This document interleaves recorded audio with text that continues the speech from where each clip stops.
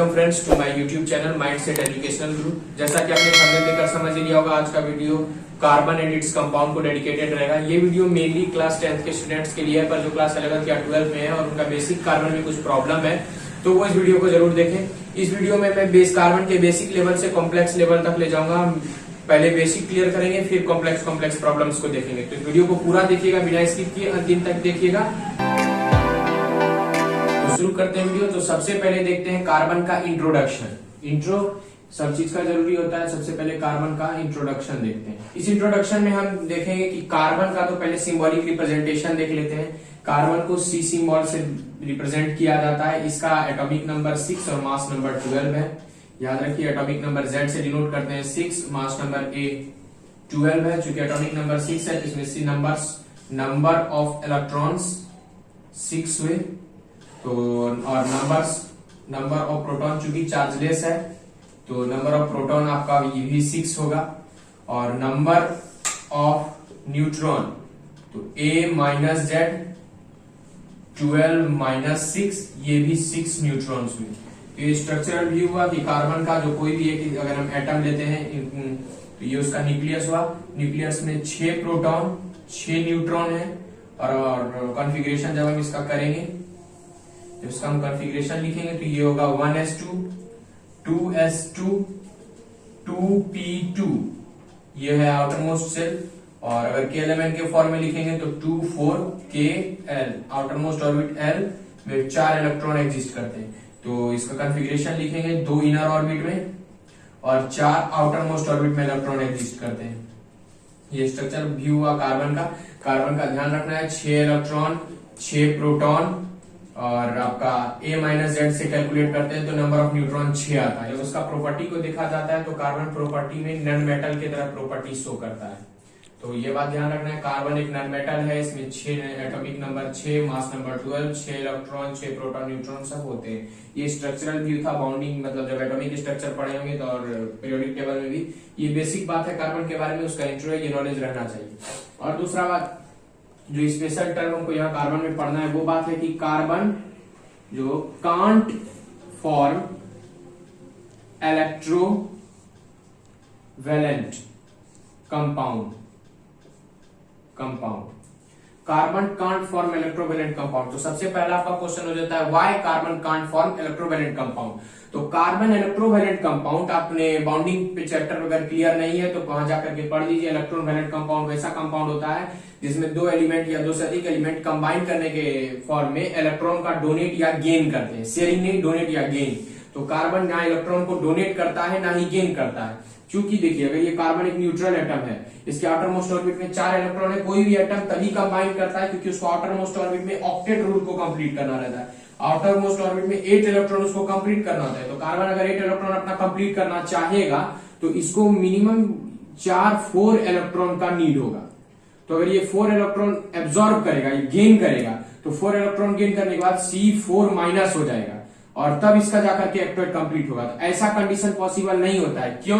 क्योंकि जब कार्बन का जब हम स्ट्रक्चर अभी यहां देख सकते हैं कि आउटर मोस्ट ऑर्बिट में कितना इलेक्ट्रॉन है, 1 2 3 4।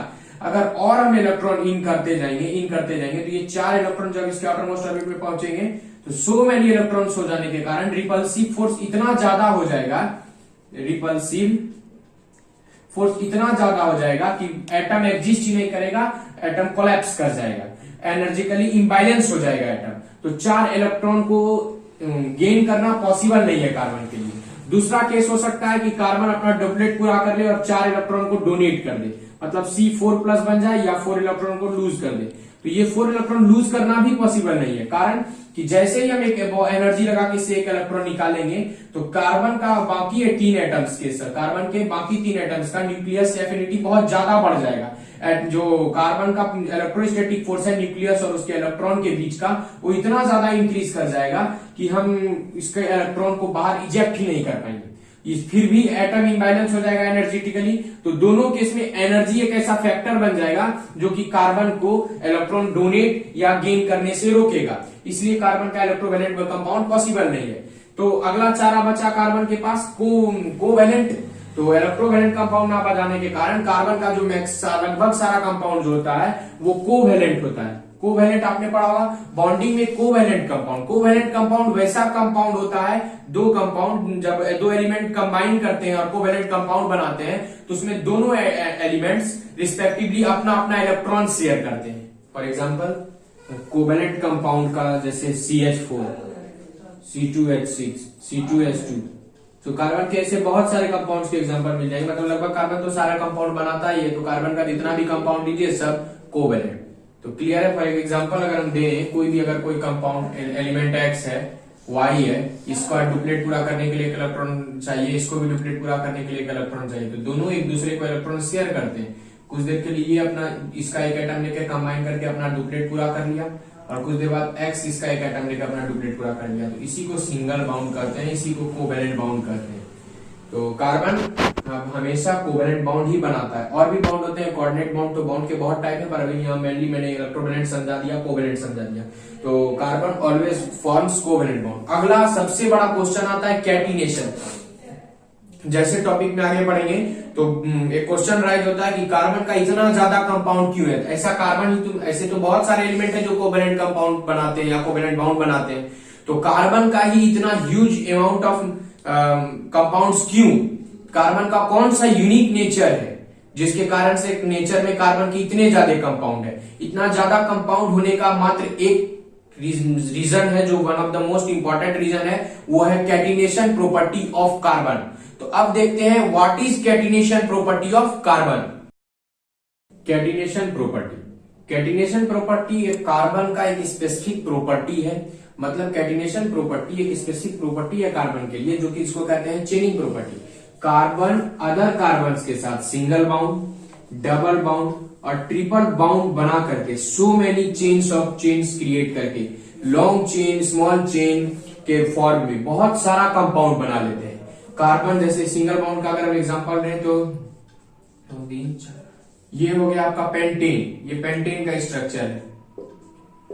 5 कार्बन सिंगल चेन द्वारा ज्वाइंट हो करके इतना लंबा चेन कंपाउंड बना लेते हैं। डबल बाउंड बना लेता है, ट्रिपल बाउंड बना लेते हैं। तो single bound, double bond, triple bound form करके कार्बन का सो मेनी कंपाउंड्स बनाने का ही प्रॉपर्टी को हम कैटिनेशन प्रॉपर्टी कहते हैं। ऐसा नहीं है कि कार्बन ही सिर्फ कैटिनेशन प्रॉपर्टी शो करता है, और भी एलिमेंट्स हैं जो कैटिनेशन प्रॉपर्टी शो करते हैं, पर चूंकि कार्बन साइज में भी छोटा होता है इसलिए single bound, double bond, triple bound बनाने के साथ साथ इसका बाउंड जो होता है बाकी के रेस्पेक्ट में ज्यादा मजबूत होता है। फॉर एग्जाम्पल अगर हम ले तो अगर हम ले लेते हैं सल्फर, तो सल्फर भी कैटिनेशन प्रॉपर्टी शो करता है। देखें तो सल्फर को अगर हम ध्यान से स्ट्रक्चर को उसके हम ध्यान से देखें तो सल्फर जो है आपका सल्फर क्राउन स्ट्रक्चर बनाता है, एक ताज के तरह का स्ट्रक्चर। इसके सारे पॉइंट्स पर सल्फर एग्जिस्ट करता है। S8 तक का स्ट्रक्चर ये फॉर्म करता है। तो इसने भी चेनिंग किया, पर चूंकि साइज में ये बड़ा होता है तो उतना ज्यादा और दूर तक 10-12 कार्बन तक सल्फर अपने आप को झेल नहीं सकता है। मैक्सिमम S8 तक जाने के बाद इसका आगे बाउंडिंग पॉसिबल नहीं हो पाता है। तो कार्बन का ड्यू टू स्मॉल साइज इसका बाउंड स्ट्रॉन्ग होता है, लॉन्ग कैटिनेशन चेन शो करता है ये। और इसके रिस्पेक्ट में फास्फोरस हुआ, सल्फर हुआ, ये सब भी कैटिनेशन प्रॉपर्टी शो करता है, कोवैलेंट बाउंड बनाता है, पर साइज बड़ा हो जाने के कारण इसका इतना ज्यादा कंपाउंड पॉसिबल नहीं होता है। पर आपका एक क्वेश्चन और यहाँ राइज होता है, चूंकि कार्बन की कोवैलेंसी 4 होती है, मतलब आउटर मोस्ट ऑर्बिट में 4 इलेक्ट्रॉन हो जाने के कारण ये किसी other element X, Y, Z, P इन सभी के साथ सिंगल बाउंड से जुड़ सकता है, कार्बन जुड़ सकता है, पर फिर भी कार्बन अदर कार्बन के साथ मैक्सिमम ट्रिपल बाउंड तक ही क्यों फॉर्म कर सकता है। इसका भी रीजन है। इसका ये रीजन है कि जैसे जैसे कार्बन अपना बाउंड इंक्रीज करता है, single bound, double bond, triple bound, वैसे वैसे इसका बाउंड लेंथ डिक्रीज करते जाता है। ट्रिपल बाउंड के बाद अगर टेट्रावेलेंट बाउंड ये बनाने का कोशिश करता है, ट्रिपल बाउंड के बाद अगर चौथा लाने का कोशिश भी करता है, तो कार्बन का जो बॉन्ड लेंथ है वो बॉन्ड लेंथ आपको तुम्हारा लेस देन 120 पिकोमीटर से भी नीचे चला जाता है। इसके नीचे जाने के बाद इसके अंदर का रिपल्सिव फोर्स इतना ज्यादा बढ़ जाता है कि सी टेट्रावेलेंट बाउंड पॉसिबल ही नहीं हो पाता है। जैसे कि हम देखें कि अगर 2 कार्बन एटम कंबाइन कर रहे हैं, तो अगर एक इलेक्ट्रॉन दोनों का है कॉम्बिनेशन में, दोनों के बीच का एक रिपल्सिव फोर्स, इसके न्यूक्लियस और इसके इलेक्ट्रॉन के बीच का अट्रैक्टिव फोर्स, इसके न्यूक्लियस इसके इलेक्ट्रॉन के बीच का अट्रैक्टिव फोर्स, यहाँ के न्यूक्लियस इसके इलेक्ट्रॉन का अट्रैक्टिव फोर्स, न्यूक्लियस का रिपल्सिव फोर्स। अगर हम टोटल वेक्टर सम कैलकुलेट करें तो फोर्स को ना देखें तो total vector sum of repulsive force, total vector sum of attractive force. तो सिंगल बॉन्ड में total vector sum of attractive force is greater than the repulsive force. Double में भी रिपल्सिव फोर्स छोटा ही रहता है, अट्रैक्टिव फोर्स ज्यादा। Triple bond में भी रिपल्सिव आपका छोटा, अट्रैक्टिव ज्यादा। पर जैसे ही टेट्रावैलेंट बॉन्ड में जाते हैं, force of repulsion greater than force of attraction हो जाता है और चौथा बॉन्ड पॉसिबल ही नहीं होता है। इसलिए दो कार्बन के साथ, दो बाकी एक एक बॉन्ड इसका फ्री है, ये बाकी किसी और के साथ कर लेगा, पर दो कार्बन एटम के बीच में ट्राइवेलेंट बॉन्ड तक ही पॉसिबल होता है। इसलिए कार्बन कार्बन के साथ कंबाइन करके single bond, double bond, triple bond बनाता है, जिसके कारण से इनका नाम, प्रॉपर्टी, अपीयरेंस सब कुछ चेंज हो जाता है, जो हम आगे डिस्कस करेंगे। तो ये था कार्बन का ट्राइवेलेंट कंपाउंड बनाने तक का ये कैटिनेशन प्रॉपर्टी। शॉर्ट वर्ड में समझ लीजिए, चेनिंग प्रॉपर्टी को ही कैटिनेशन प्रॉपर्टी कहते हैं। कार्बन अदर कार्बन के साथ long chain, branch chain, type so many types of chain, ring chain बना करके सो मेनी कंपाउंड्स बनाता है। इसी प्रॉपर्टी को कैटिनेशन प्रॉपर्टी कहते हैं। आगे देखेंगे हम कार्बन का एक स्पेसिफिक कंपाउंड। उससे पहले हम एक बार देख लेते हैं एलोट्रॉप्स। एलोट्रॉप्स क्या है? Allotropes of carbon, carbon nature में पहले देखते हैं प्रेजेंस होता है दो फॉर्म में, एक होता है फ्री स्टेट या फ्री फॉर्म। फ्री फॉर्म या फ्री स्टेट में मिलना मतलब कार्बन किसी अदर एलिमेंट्स के साथ कंबाइन नहीं किया हुआ है, ऐसा दो फॉर्म्स होता है जिसको एलोट्रॉप्स ऑफ कार्बन ही कहते हैं। पहला होता है ग्रेफाइट और दूसरा डायमंड। डायमंड और ग्रेफाइट दो एलोट्रॉप्स हैं कार्बन के।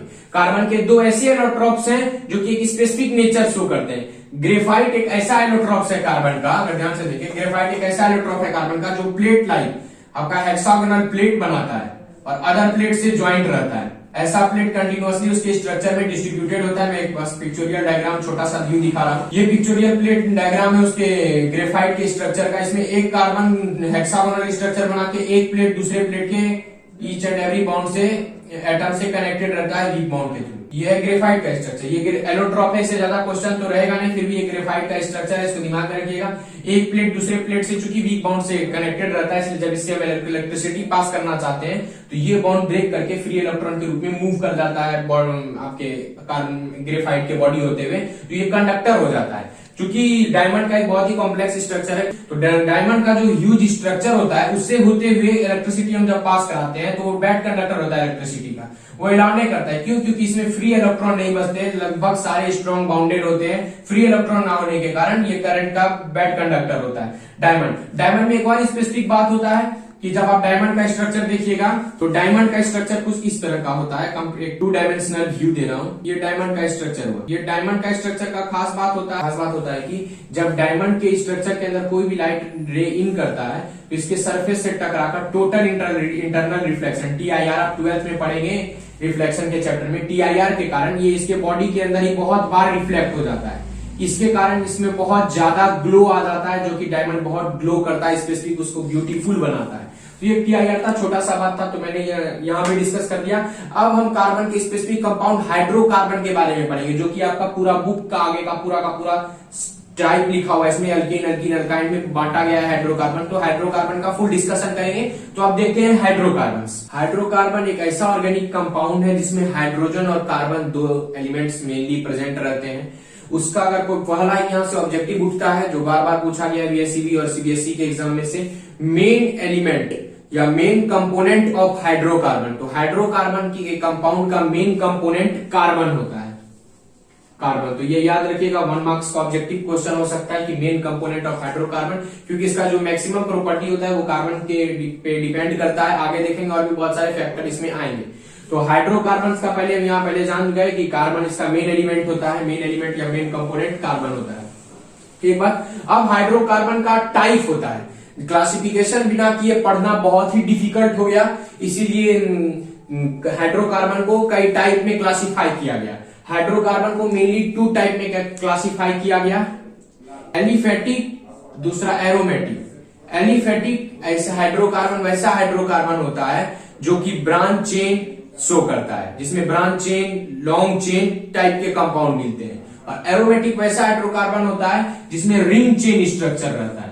रिंग चेन स्ट्रक्चर रहता है मतलब एक साइक्लो स्ट्रक्चर बनता है, इसमें साइक्लोस्ट्रक्चरल फॉर्म एरोमेटिक हाइड्रोकार्बन का फॉर्म है, और लॉन्ग चेन, आपका ओपन चेन, ब्रांच चेन, ये सब एलिफेटिक के अंदर आता है। तो एरोमेटिक को बाद में डिस्कस करेंगे, इसका भी डिस्कशन है पर इसके रिस्पेक्ट में थोड़ा सा है, तो इसको बाद में डिस्कस करेंगे। अभी चलते हैं एलिफेटिक। एलिफेटिक का दो टाइप होता है, एलिफेटिक हाइड्रोकार्बन का दो टाइप। पहला हुआ saturated aliphatic hydrocarbon, saturated hydrocarbon बोलते हैं। दूसरा अनसैचुरेटेड हाइड्रोकार्बन। तो एलिफेटिक का दो टाइप, एक सैचुरेटेड, दूसरा अनसैचुरेटेड। फिर सैचुरेटेड का एक सिंगल टाइप होता है जिसको बोलते हैं अल्केन। अनसैचुरेटेड का दो टाइप होता है, इसको बोलते हैं अल्काइन, ब्रेक फॉर्म में अल्काइन। अल्क और आइन दोनों का मीनिंग होता है अल्काइन, अल्कीन और अल्केन। ध्यान में रखना है हाइड्रोकार्बन दो टाइप, एलिफेटिक, एरोमेटिक। एलिफेटिक का दो टाइप, सैचुरेटेड, अनसैचुरेटेड। एरोमेटिक का एक टाइप, साइक्लोस्ट्रक्चर जो पढ़ेंगे। सैचुरेटेड का एक टाइप अल्केन, अनसैचुरेटेड का दो टाइप, अल्कीन और अल्काइन। यहां तक क्लियर है? अब हम देखिए इस आगे के डिस्कशन में अल्केन को क्लियरली डिस्कस करेंगे, अल्कीन को क्लियरली डिस्कस करेंगे, अल्काइन को क्लियरली डिस्कस करेंगे।